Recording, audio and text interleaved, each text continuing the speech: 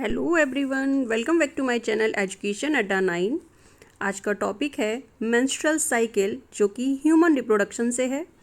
और इसके बाद इसी से रिलेटेड कुछ क्विज़ रखे गए हैं और उनको सॉल्व करेंगे। तो पहले कॉन्सेप्ट क्लियर करते हैं। Menstrual cycle the reproductive cycle in the female primates like monkey, apes and human beings में इसको मेंस्ट्रुअल साइकिल बोलते हैं और इसको एंडोमेट्रियल साइकिल भी कह सकते हैं। नेक्स्ट है कि the first menstrual begins at puberty and is called menarche. जब फर्स्ट टाइम प्यूबर्टी से हमारी ये मेंस्ट्रुअल साइकिल स्टार्ट होती है तो उसको क्या बोलेंगे? मेनार्च बोलेंगे। एंड इन ह्यूमन फीमेल ये जो मेंस्ट्रुअल साइकिल है वो रिपीट होती है average interval of about 28 to 29 days. किसी किसी में 30 डेज़ की भी होती है, लेकिन एक औसत मान के चलते हैं कि ये 28 डेज़ की होती है।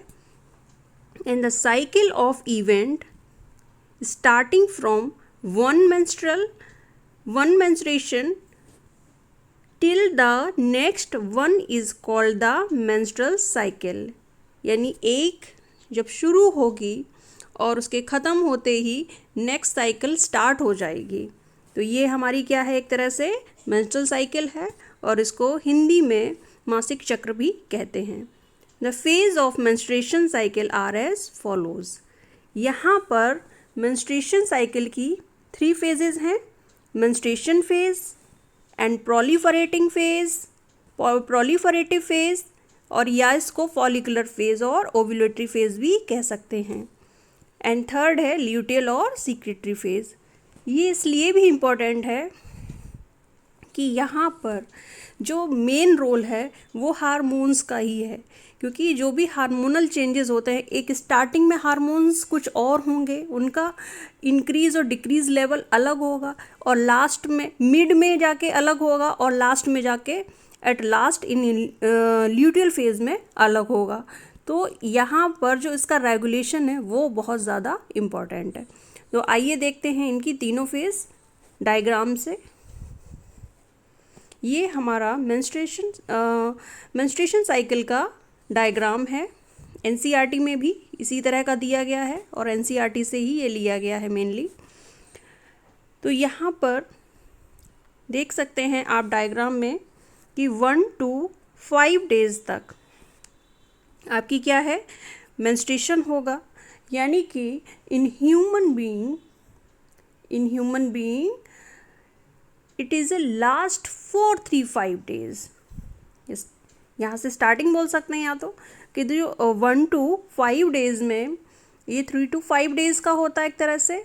और इसमें जो मेंस्ट्रुअल फ्लो है, रिजल्ट क्या होगा? Due to breakdown of endometrial lining of uterus and its blood vessel which forms liquid that comes out through vagina.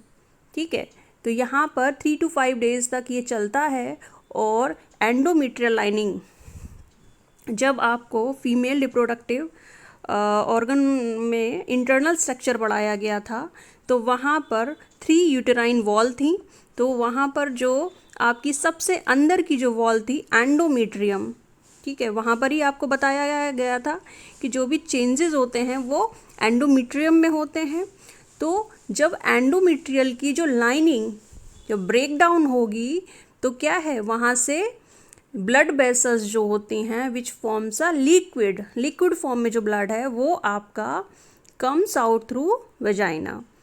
उसके बाद अब देखिए यहाँ पर हो क्या रहा है उस कंडीशन में, जो आपका एस्ट्रोजन और प्रोजेस्टेरोन लेवल जो है वो देखिए डिक्रीज लेवल में है, कम है।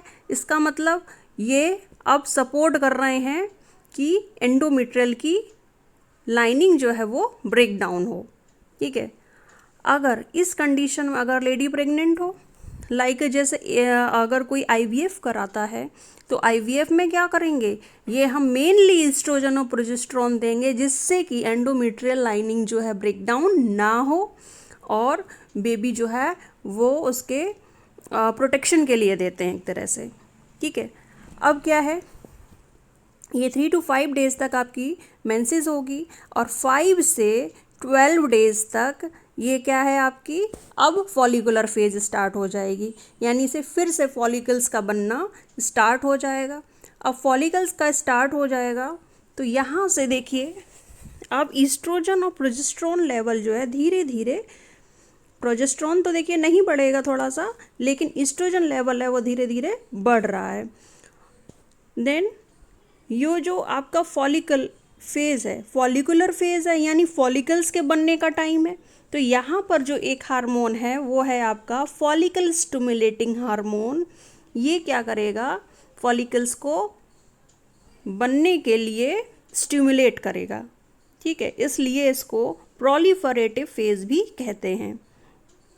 आफ्टर 14 अब क्या है 14 डेज आ जाएगा। ये जो मिड में 13 के बाद का 28 डेज की साइकिल है, तो मिड क्या होगा 14, तो 14 डेज पे इसका ओव्यूलेशन स्टार्ट होगा। ओव्यूलेशन स्टार्ट होगा मीन्स एग का जो है वो एग रिलीज होगा, फॉलिकल रैप्चर हो जाएगी। रैप्चर होने पर, और रैप्चर को कौन जो है आपका एट 14th डे पे LH जो है वो एकदम से सडनली इंक्रीज हो जाएगा, उसका लेवल जो है वो पीक लेवल बहुत ही ज़्यादा हाई हो जाएगा एंड फॉलिकल्स जो है रैप्चर हो जाएगा एंड सेकेंडरी oocyte जो है वो अब आपका रिलीज हो जाएगा। तो इस कंडीशन को जब सेकेंडरी oocyte फॉलिकल को रैप्चर करके रिलीज होता है तो उसको क्या बोलेंगे, ओव्यूलेशन बोलेंगे।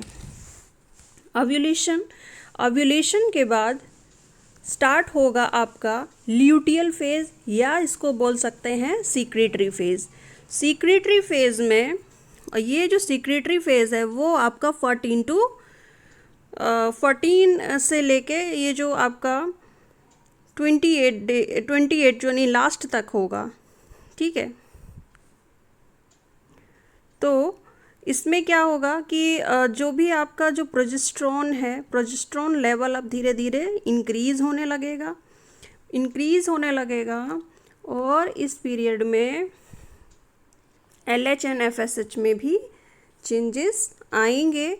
After the period the uterine lining wilt back, यानी कि अब इस सीक्रेटरी फेज में क्या होगा कि जो इस पीरियड में यूटेराइन लाइनिंग जो है दोबारा से बनने लगेगी and the release of egg from the ovary mid cycle, यानी अब जब 14th डे पर जब ओव्यूलेशन हो गया है तो estrogen peak then down and progesterone increases. देखिए डायग्राम में क्या है, ये प्रोजेस्टेरोन जो है आपकी रेड कलर से जो दिखाई गई है वो उसका लेवल कैसा हो रहा है, इंक्रीज हो रहा है। प्रोजेस्टेरोन जब इंक्रीज होगा, प्रोजेस्टेरोन जो है जब इंक्रीज होगा तो ये क्या करता है कि अगर एग फर्टिलाइज्ड हो गया है, ठीक है, एग फर्टिलाइज्ड हो गया है तो उस कंडीशन में प्रोजेस्टेरोन जो है वो एंडोमेट्रियल की लाइनिंग को बनने में हेल्प करता है। दूसरा जो आपका कार्पस ल्यूटियम है ये स्टिमुलेट करेगा प्रोजेस्टेरोन के बनने में। अदरवाइज अगर एग फर्टिलाइज्ड नहीं हुआ है, ठीक है, उस कंडीशन में ये जो कार्पस ल्यूटियम है आगे जाकर क्या है, रिग्रेस होने लगेगा। देखिए लिखा हुआ है कि रिग्रेस द कार्पस ल्यूटियम। तो एट लास्ट फॉर 13 डेज, यानी कि ये जो आपकी सीक्रेटरी फेज है इसमें last for 13 days there is a LH surge. This includes the part of follicle to transform as a corpus luteum. तो जो क्या है, जो आपका फॉलिकल जो है वो ट्रांसफॉर्म होके जो फॉलिकल जो रिमेनिंग पार्ट है रैप्चर होके वो क्या बना रहे हैं, आपके कार्पस ल्यूटियम बनाएंगे and secretes progesterone hormone if the fertilisation occurs. अगर फर्टिलाइजेशन होता है तो एंडोमेट्रियम स्टार्ट होगा प्रिपेयरिंग फॉर इम्प्लांटेशन। ये क्या करेगा, एंडोमेट्रियम की लाइनिंग बनाएगा जिससे कि ये जो आपका एम्ब्रियो है वो इम्प्लांट हो सके यूटेरस बॉल से। यूटेरस बॉल कौन सी आपकी, endometrium. In the absence of fertilisation, और जब फर्टिलाइजेशन नहीं होगा उस कंडीशन में ये जो कार्पस ल्यूटियम येलो कलर से शो हो रहा है वो आपका धीरे धीरे रिग्रेस होगा और नेक्स्ट साइकिल जो है फिर से स्टार्ट हो जाएगी। आई होप आपको ये हार्मोन्स का जो कॉन्सेप्ट है वो समझ में आया होगा। तो इसी से रिलेटेड कुछ क्वेश्चंस रखे गए हैं, आइए इनको देखते हैं।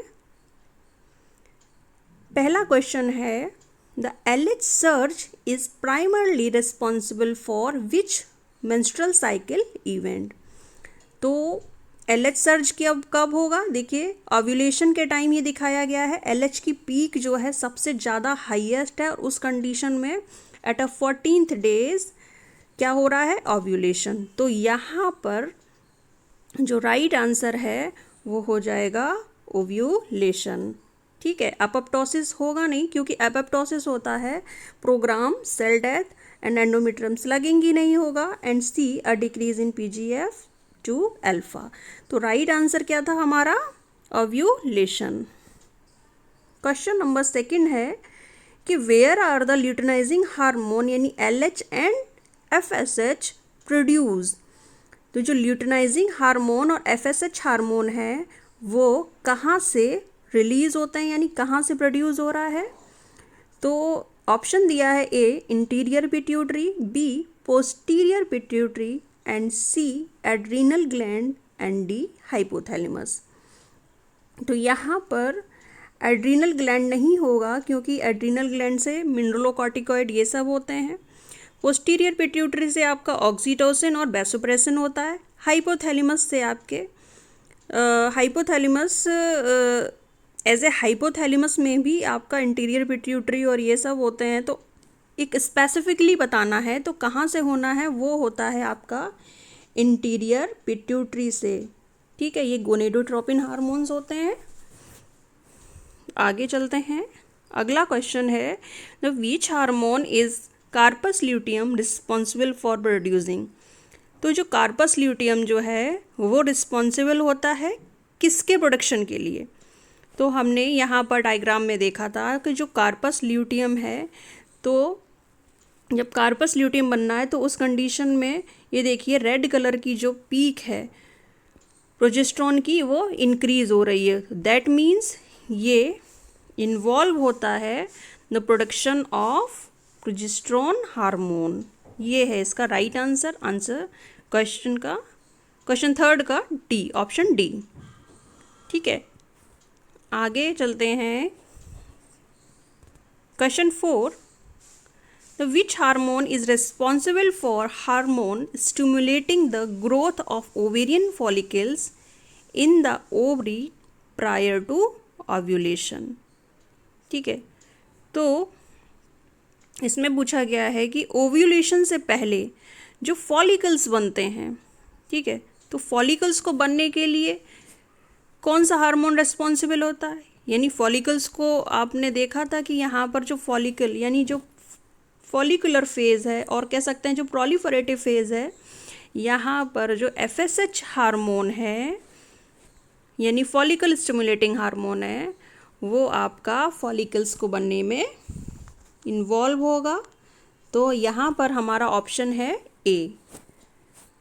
आगे देखते हैं, question number 5, of the following which one is the correct order for the production of hormone during the monthly cycle।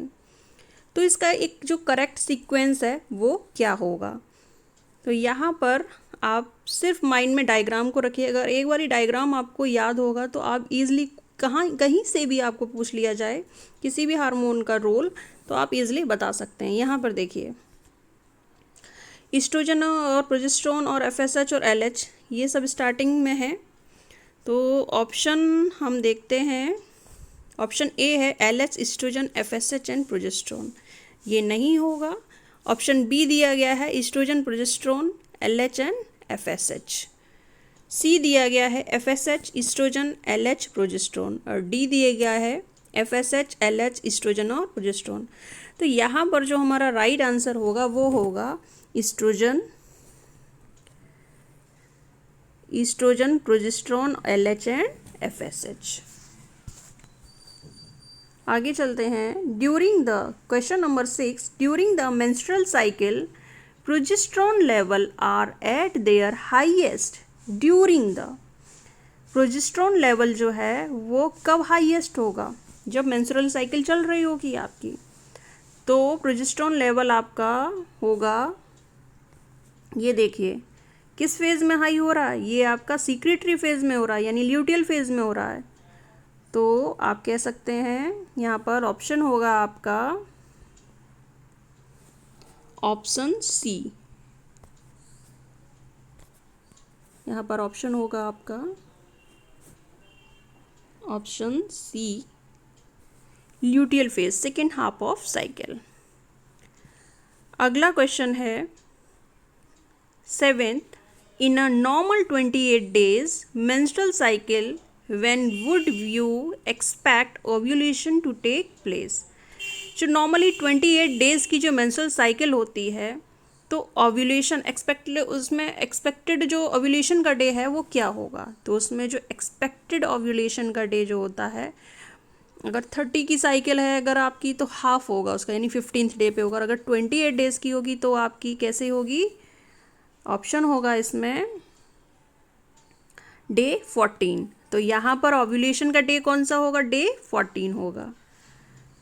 Question number 8 है, at which stage in the uterine cycle does the proliferative phase occur.